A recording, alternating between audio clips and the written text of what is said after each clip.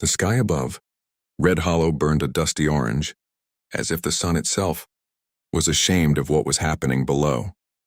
Wooden crates lined the square. Horses snorted nervously. Men stood in circles, hats low, voices low, pretending this was business as usual. But it wasn't, not today, because today two sisters stood on a splintered platform. Their small hands clutched so tightly together, their knuckles had turned white. Emily, barely 15, stood tall even though her boots were 2 sizes too big. Beside her, little Sarah trembled, her braids uneven, her tear-streaked face trying hard not to cry again. They had been told not to cry. It lowers the price, someone had whispered earlier. The auctioneer cleared his throat, loudly, and shouted numbers into the wind like they were selling cattle, not children. Emily squeezed Sarah's hand tighter. She had promised their mother before she passed that she would never let go, never. But promises mean little.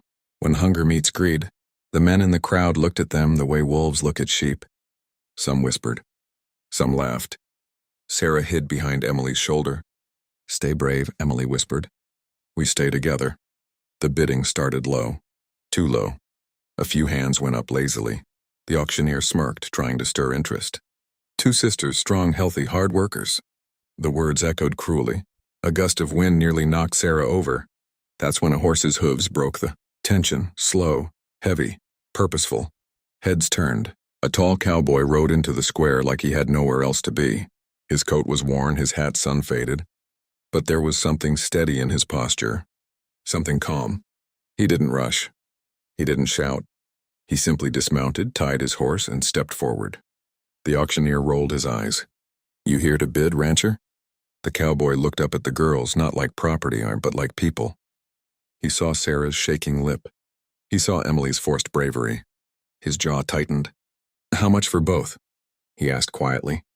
The crowd stirred. "Sold separate," the auctioneer snapped. "More profit that way."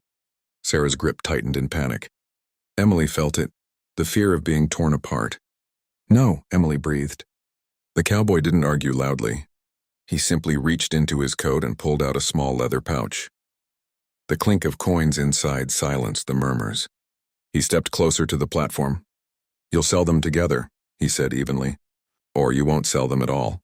The auctioneer hesitated. The crowd sensed something shifting. This wasn't loud heroics. This was something firmer, colder. A man who meant what he said. After a tense pause, the auctioneer swallowed and nodded slowly.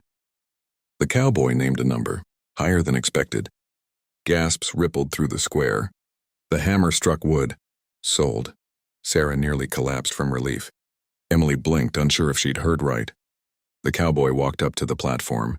For a second, Emily stiffened, ready to fight if she had to, but he simply held out his hand.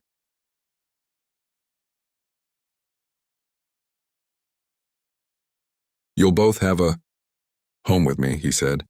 His voice wasn't soft, but it wasn't cruel either. It was steady, certain. Sarah looked up at Emily. Emily searched the cowboy's face for deception. She found none. Just tired eyes. And something else, honor. Slowly, she nodded. The sisters stepped down together. The crowd dispersed quickly, disappointed there would be no drama. But the real story had just begun. As the cowboy lifted Sarah gently onto his horse and helped Emily climb up behind, he looked back at the square once. His gaze hardened. "No one splits family," he muttered under his breath. As they rode away from Red Hollow, Sarah leaned against Emily and whispered, "Are we safe?" Emily didn't answer right away. She watched the cowboy riding beside them, silent and watchful like a guardian carved from stone. For the first time in weeks, she felt something unfamiliar. Hope. And if you're feeling this story so far, don't forget to subscribe. Because what happens next will test loyalty, courage, and what it truly means to call someone family. The ranch stood at the edge of a wide valley where golden grass danced endlessly in the wind. It wasn't grand. The fence leaned slightly. The barn doors creaked. But it was alive. Chickens scattered as the horse approached. The cowboy dismounted first and gently lifted Sarah down. She stared at the open land with wide eyes. "It's big," she whispered. "It's yours too now," he replied. Emily climbed down more cautiously. "Why?" she asked suddenly. The cowboy paused. "Why what?" "Why us?" she demanded. "You don't know us," He studied her carefully. I know enough. He led them toward the house, Andy's simple wooden cabin with smoke curling from the chimney. Inside, it smelled like fresh bread and cedar wood. A table sat near the window. 2 extra chairs had already been placed there. Emily noticed that detail immediately. He had planned this. Sarah wandered to the window, staring at the horses grazing freely. You'll have chores, the cowboy said calmly. But you'll have school too. And your own beds, Sarah gasped softly. Beds. Not floorboards. Not cold barns, real beds. Emily folded her arms. And if we don't work hard enough? She challenged. The cowboy met her gaze. Then we work harder together. No threat. No cruelty. Just partnership. That confused her more than anything. Days turned into weeks. The sisters learned the rhythm of ranch life. Mornings began with sunrise chores. Evenings ended with warm meals and quiet stories by lantern light. Sarah laughed again, a sound that had nearly vanished from the world. Emily still watched carefully, waiting for the kindness to expire. But it never did. One evening, a rider approached the ranch gate. A man from Red Hollow. Emily froze at the sight. The cowboy stepped outside calmly. Words were exchanged, tense ones.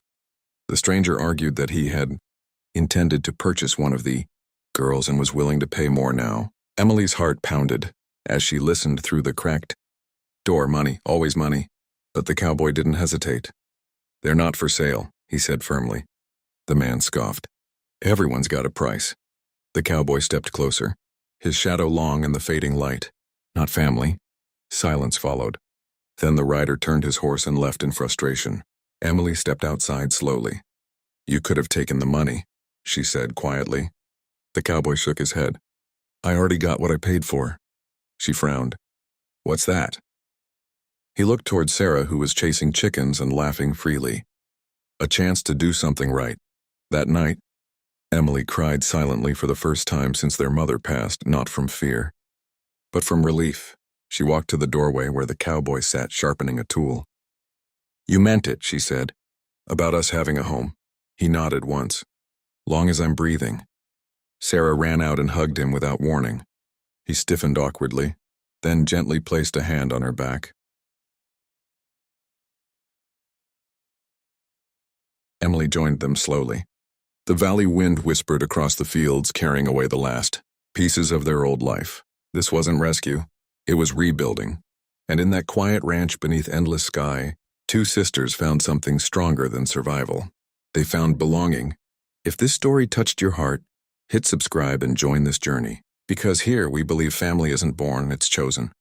And the next story might just stay with you forever.